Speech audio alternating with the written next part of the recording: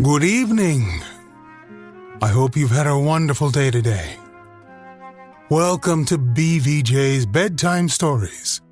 My name is Big Voice J, and this is a show where we get you ready for a great night's sleep with some old familiar stories that you haven't heard in a while. Links to every story can be found in the show notes at our website, bedtimewithbvj.com. Tonight's story, Jeff Peters as a Personal Magnet by O. Henry. Jeff Peters has been engaged in as many schemes for making money as there are recipes for cooking rice in Charleston, South Carolina. Best of all, I like to hear him tell of his earlier days when he sold liniments and cough cures on street corners, living hand to mouth, heart to heart with the people, throwing heads or tails with fortune for his last coin. I struck Fisher Hill, Arkansas, said he, in a buckskin suit, moccasins, long hair, and a 30-carat diamond ring that I got from an actor in Texark. I don't know what he ever did with the pocket knife I swapped him for it.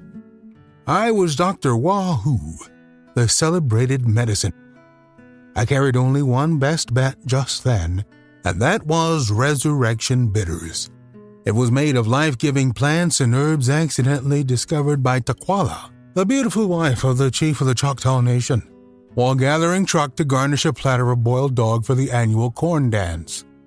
Business hadn't been good in the last town, so I only had $5. I went to the Fisher Hill druggist and he credited me for half a gross of 8-ounce bottles and corks.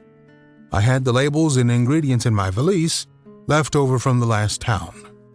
Life began to look rosy again after I got in my hotel room with the water running from the tap and the Resurrection Bitters lining up on the table by the dozen. Fake? Oh, sir. There was $2 worth of fluid extract of cinchona and a dime's worth of aniline in that half gross of bitters. I've gone through towns years afterwards and had folks ask for 'em. I tried a wagon that night and commenced selling the bitters on Main Street. Fisher Hill was a low, natural town, and a compound hypothetical pneumocardiac antiscorbullic tonic was just what I diagnosed the crowd as needing.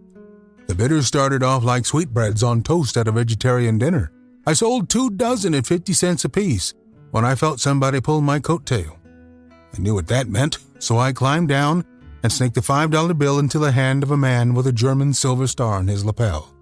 "Constable," says I, "it's a fine night."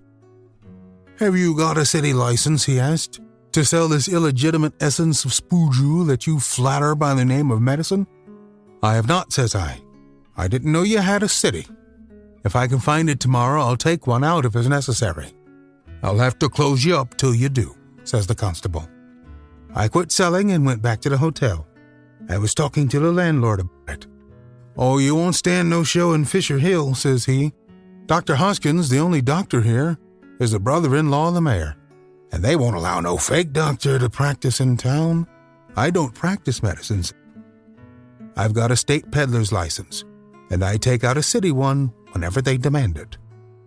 I went to the mayor's office the next morning, and they told me he hadn't showed up yet. They didn't know when he'd be down.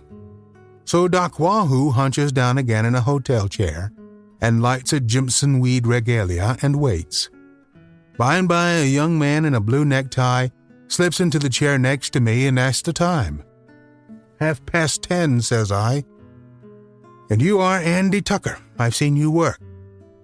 Wasn't it you that put up the Great Cupid combination package on the Southern States?" "Let's see.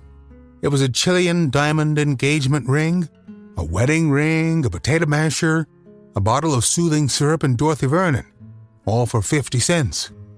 Andy was pleased to hear that I remembered him. He was a good street man, and he was more than that. He respected his profession, and he was satisfied with 300% profit. He had plenty of offers to go into the illegitimate drug and garden seed business, but he was never to be tempted off of the straight path. I wanted a partner, so Andy and me agreed to go out together. I told him about the situation in Fisher Hill, and how finances was low on account of the local mixture of politics and jalap. Andy had just got in on the train that morning.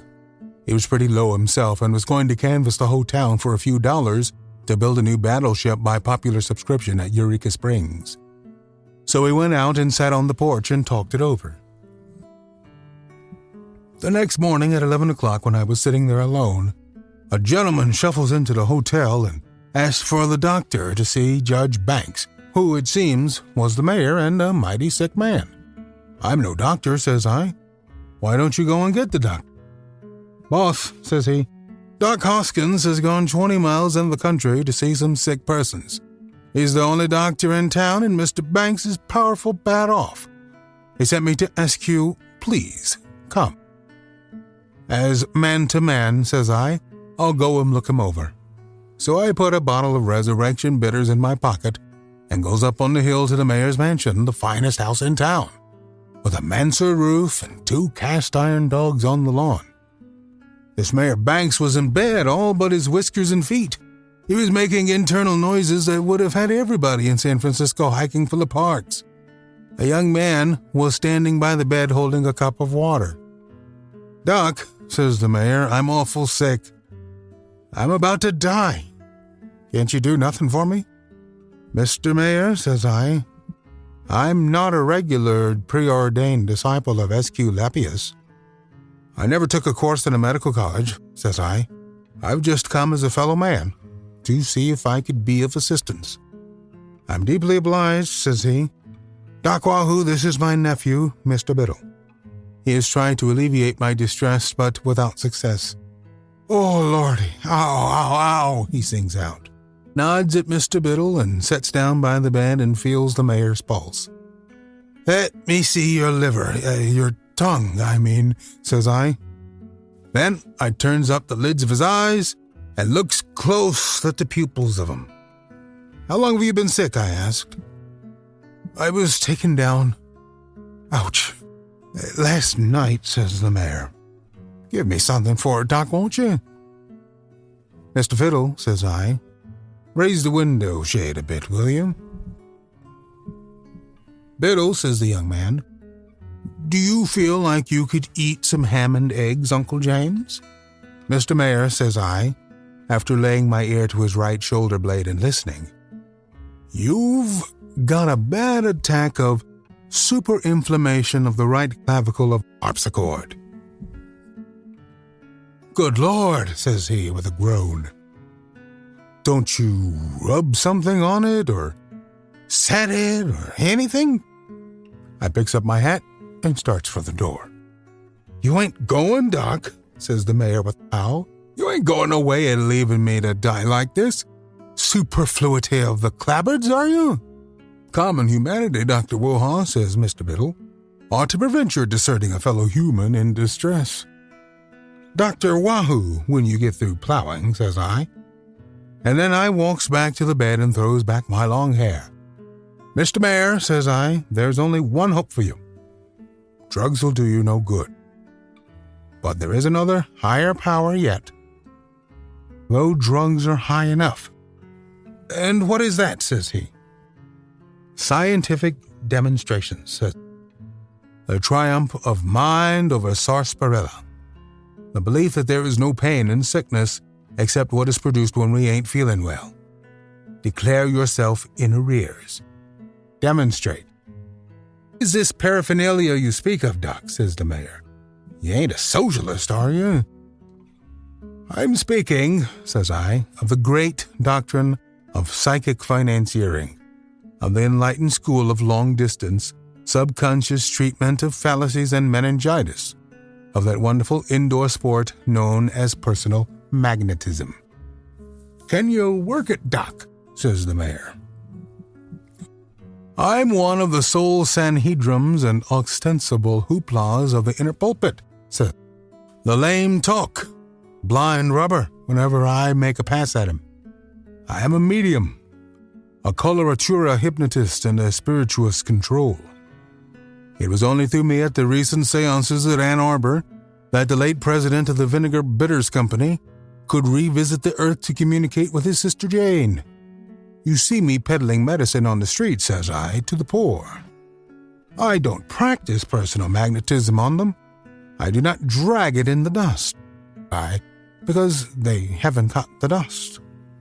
will you treat my case?" asks the mayor.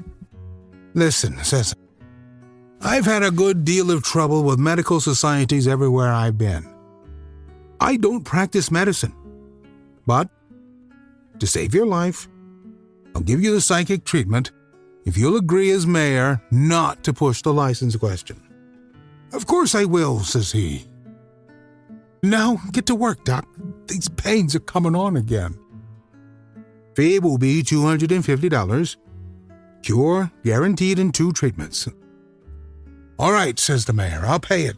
I guess it's worth that much." I sat down by the bed and looked him straight in the eye. "Now," says I, "get your mind off the disease. You ain't sick.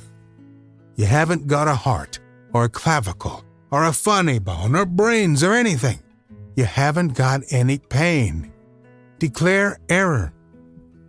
Now, you feel the pain that you didn't have leaving, don't you?" "I do feel some better, Doc," says the mayor. "Darn if I don't. Now, state a few lies about my not having this swelling in my left side, and I think I could be propped up and have some sausage and buckwheat cakes." I made a few passes with my hands.